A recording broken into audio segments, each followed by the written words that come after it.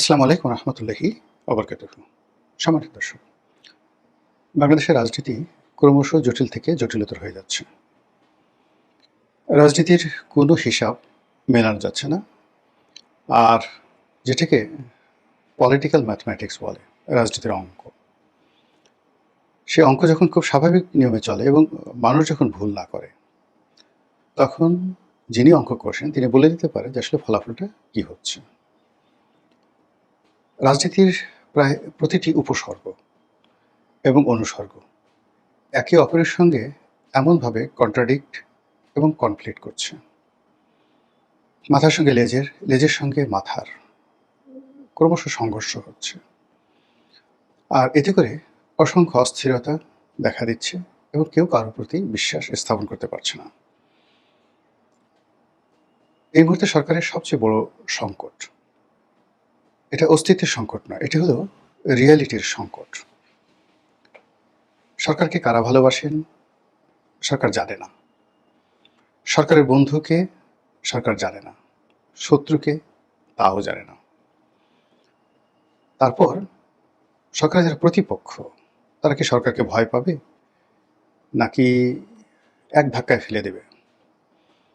তারা কি শেখ হাসিনার মতো তারেক রহমান সাহেবকেও দেশ থেকে তাড়িয়ে দেবে, নাকি শেখ হাসিনা যেভাবে ১৭ বছর ক্রমাগত জুলুম অত্যাচার চালাতে পেরেছিলেন, একইভাবে তারেক রহমান সাহেবকে ১৭ বছর সময় দেবে?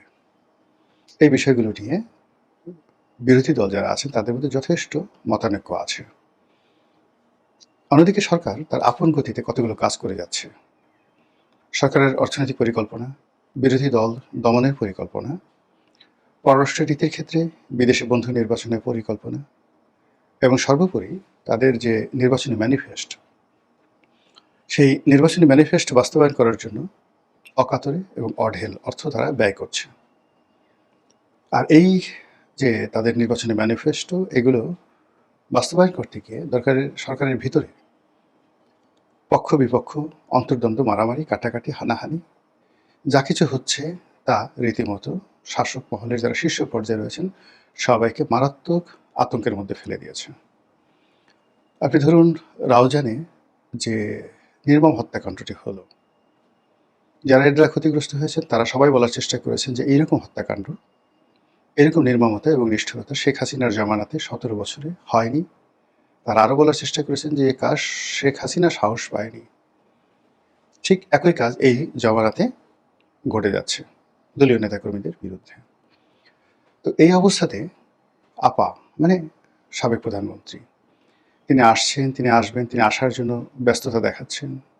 তার নেতাকর্মীদের মধ্যে হৈ হুল্লোড় শুরু হয়ে যাচ্ছে। দেশের বিভিন্ন জায়গাতে মিছিল হচ্ছে, মিটিং হচ্ছে এবং অব্যাহতভাবে এটি বাড়তে থাকবে বলে আওয়ামী লীগের পক্ষ থেকে বলা হচ্ছে। ঠিক এই সময়টিতে সরকারের যারা বান্ধব বা এই শেখ হাসিনা তাড়ানোর যে মূল কারিগর, সেই মূল কারিগর যারা ইউনূস জমানাতে রাষ্ট্র ক্ষমতা পরিচালনা করেছে এবং তাদের মবের ভয়ে বিএনপি, আওয়ামী লীগ থেকে শুরু করে সাধারণ আমজনতা থর থর করে কেঁপেছে। সেই লোকগুলো এখন উল্টো মবের শিকার হচ্ছে। কখনো আওয়ামী লীগের গুপ্ত বাহিনী তাদেরকে আক্রমণ করছে, তাদেরকে মারধর করে তাদের মুখ থেকে আজে বাজে শব্দ বের করছে, গালাগাল বের করছে সরকার সম্পর্কে, জুলাই আগস্ট বিপ্লব সম্পর্কে, জামাত সম্পর্কে, এনসিপির সম্পর্কে। আর বঙ্গবন্ধুকে তারা বাবা ডাকায় ছাড়ছে, আব্বা ডাকিয়ে ছাড়ছে, আওয়ামী লীগ শেখ হাসিনাকে মা ডাকিয়ে ছাড়ছে। তো এই যে ভিডিওগুলো বা এই কর্মকাণ্ডগুলো সারা দেশে নানাভাবে নানা রকম যাকে বলা হয় রসায়ন তৈরি করছে। অনেকের মনে আতঙ্ক দেখা দিয়েছে, অনেকের মনে প্রচণ্ড ভয় দেখা দিয়েছে যে এভাবে যদি চলে তাহলে আমাদের শেষ পরিণতি কী, কীভাবে আমরা টিকে থাকব। এই যখন সরকারের অবস্থা, ঠিক সেই সময়টাতে দেশের প্রধান দুটো রাজনৈতিক দল, এখন তো আওয়ামী লীগ রাজনীতির ময়দানে না থাকার কারণে সরকারের বন্ধু বলেন, শত্রু বলেন, সরকারের বেদনা বলেন, আশা বলেন, আকাঙ্ক্ষা বলেন, সবই এনসিপি আর সবই জামাত। তো এখন সেই জামাত এবং এনসিপি যদি সরকারের সঙ্গে মিশে যায় একেবারে গোল আলুর মতো বা আলু ভর্তার মতো, তাহলে সরকারে কি হবে? আবার এই এনসিপি এবং সরকার, জামাত, এই দুটো দল যদি রাজপথ গরম করে তাহলে কি হবে?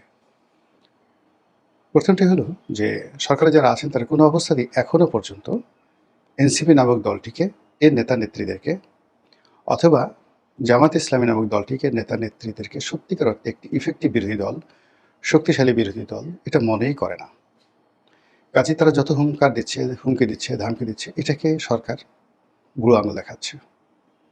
আবার অন্যদিকে যদি সরকার এদেরকে কাছে ডেকে নেয়, ঐক্যমত্যে সরকার করে, এদের মুখ বন্ধ করার জন্য তাদেরকে বড় বড় পদ দেয়, পদবি দেয়, এবং সেই সাবেক জমানার বিএনপি জামাত জোট সরকার অথবা একটি জাতীয় সরকার এরকম কোনো কিছু একটা শুরু করে, সেক্ষেত্রে কি হলো, দেশে এবং দেশের বাইরে নতুন করে আবার চালু হবে যে এটা আমি এবং মামুদের সরকার। এক্ষেত্রেও সরকার আসলে কোনো সিদ্ধান্ত নিতে পারছে না। ফলে সরকারের সঙ্গে এনসিপির বা বিএনপির সঙ্গে এনসিপির, বিএনপির সঙ্গে জামাতের যে পর্দার আড়ালে যে সকল কথাবার্তা হয়েছিল ইউনূস জমানাতে, সেই কথাগুলোর একটির বাস্তবায়ন ঘটতে দেখা যাচ্ছে না। আর এ কারণে এনসিপি এবং জামাত ক্রমশ তাদের ধৈর্য হারিয়ে ফেলেছে। তারা অনেক ক্ষেত্রে কূটনীতির আশ্রয় নিচ্ছে, অনেক ক্ষেত্রে নিজেদের যে ক্ষোভ সেটাকে তারা উগড়ে দিচ্ছে, অনেক ক্ষেত্রে তাদের সাথে যদি কারো সম্পর্ক থাকে, এরকম আওয়ামী লীগের যারা নেতাকর্মী আছে তাদেরকে নানা রকম পিন্স, ডুইট, এগিয়ে যাও, আমরা আছি। এটা যে হচ্ছে না এটা কিন্তু বলা যাচ্ছে না। এদিকে আওয়ামী লীগ এবং বিএনপি আগামীতে যে রাজনীতি, সেই রাজনীতিতে দুটো দল যদি মুখোমুখি হয়, আর এনসিপি আর জামাত যদি মাঠে না নামে, যদি পেছন দিক থেকে তালি মারে, তাহলে কি হবে? এখানে একটা বিষয় বলে রাখা দরকার যে গত 2 বছরে, বিশেষ করে ইউনূস জমানাতে এনসিপির যারা নেতৃবৃন্দ, সমন্বয়ক যারা আছেন, তারা যে ক্ষমতা দেখিয়েছেন, দাপট দেখিয়েছেন, এটি মূলত সরকারের ডিজায়ার অনুযায়ী ইনূস সাহেব চেয়েছিলেন। আর ইনূস সাহেবের সেই ডিজায়ারকে পরিপূর্ণতা দেওয়ার জন্য ডিসি, এসপি, টিওনো থেকে শুরু করে সকল রাষ্ট্রের প্রশাসন যন্ত্র পুরোটাই এই সমন্বয়কদের সঙ্গে, এনসিপির সঙ্গে, জামাতের সঙ্গে তারা খেলেছে। ফলে তাদের সবারই নবস একেবারে ক্ষমতায় আমরা চলে গেছি, আমরাই দেশের মালিক, আমরাই হর্তাকর্তা, আমাদের কথায় সব কিছু হবে, আমরা থানা পুড়িয়ে দিয়েছি, আমরা ক্যান্টনমেন্ট উড়িয়ে দিতে পারি, আমরা শেখ হাসিনাকে তাড়াতে পেরেছি, তোমাকে তাড়াতে আমাদের 2 মিনিট সময় লাগবে, টিনের সেলের কাউয়া, ফজলু আমার অমুক। এ সকল গালিগালাজ, এই সকল মব, এ সকল জিনিস করতে করতে তাদেররা এমন একটা জায়গাতে চলে গিয়েছিল, ফলে এই নতুন পরিবেশ এবং পরিস্থিতিতে সরকার যে প্রশাসন যন্ত্র, সরকারি কাজকর্ম থেকে শুরু করে বিচার সালিশ যা কিছু আছে সব কিছু তাদের যে নিজের আওতায় নিয়ে নিয়েছে, এতে করে জামাত এবং এনসিপির মন ভেঙে গিয়েছে। তারা হয়তো এমন কিছু করার চেষ্টা করছে যে চেষ্টার ফলে সরকার নিজেদেরকে মনে করছে অসহায়। তারা হয়তো এমন কিছু করার চেষ্টা করছে যেটি সরকারের বিরক্তি তৈরি করেছে। তারা হয়তো এমন কিছু করার চেষ্টা করেছে যেগুলো সরকারকে মনে করছে যে এদেরকে এখনই আসলে থামানো দরকার।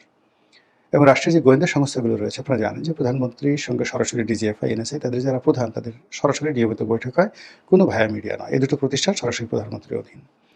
তো সেই প্রধানমন্ত্রীকে যারা রিপোর্ট দিচ্ছে, নিঃসন্দেহে তারা এমন কিছু দিচ্ছে যার ফলে প্রধানমন্ত্রী মনে করছে এদেরকে ভাতে মারবো, এদেরকে পেটে মারবো, এদেরকে জলে স্থলে অন্তরিক্ষে এমনভাবে অন্তরীণ করে রাখবো যেন এরা এটি শব্দ করতে না পারে। আর এই সমস্ত কাজ করার জন্য যেটি দরকার সেটি হলো কারো অর্থনৈতিক মেরুদণ্ড, ব্যাকবোন ভেঙে দেয়া। শেখ হাসিনা এই কাজটি খুব সুকৌশলে করতে পেরেছিলেন। শেখ হাসিনা ইসলামী ব্যাংককে দখল করে নিয়েছিলেন। জামায়াত ইসলামের আরও যত রকম প্রতিষ্ঠান রয়েছে সমস্ত প্রতিষ্ঠানের উপর তিনি রীতিমতো রাষ্ট্রযন্ত্রের স্টিম রোলার চালিয়েছিলেন। তো শেখ হাসিনার সেই যে কর্মকাণ্ডগুলো, এগুলো কি শুরু হয়েছে? এগুলো কি চলছে? শেখ হাসিনা যেভাবে সফল হয়েছেন, বর্তমান সরকার কি সেভাবে সফল হবে? শেখ হাসিনার জমানাতে যেভাবে সব কিছু মেনে নেওয়া হয়েছিল, বর্তমান জমানাতে কি সেগুলো মেনে নেওয়া হবে? আদ্দিন হাসপাতাল, তারপর ইসলামী ব্যাংক, এই দুটো প্রতিষ্ঠানে যা কিছু হয়েছে তার সঙ্গে কি আপনি অতীতের কোনো কর্মকাণ্ডের মিল পাচ্ছেন? নাকি নেহায়েতই একেবারে ধারাবাহিক যে কাজ সরকার জনকল্যাণে করে সেরকম কাজকর্ম তারা করে যাচ্ছে? তো এই সকল বিষয়াদি নিয়ে সরকার এবং বিরোধী দলের মধ্যে যেমন টানাপোড়েন চলছে, একই সঙ্গে বিরোধী দলের যে নৈতিক মনোবল এবং তাদের যে ক্ষোভ বিক্ষোভ, মনোবল ভেঙে পড়ছে, ক্ষোভ বিক্ষোভ বেড়ে যাচ্ছে। আর সেটি সরকারকে কেমন বিপদে ফেলে সেটি এখন দেখার বিষয়। মহান আল্লাহ আমাদের সবাইকে হেদায়েত দান করুন এবং হেফাজত করুন। আসসালামু আলাইকুম ওয়া রাহমাতুল্লাহি ওয়া বারাকাতুহু।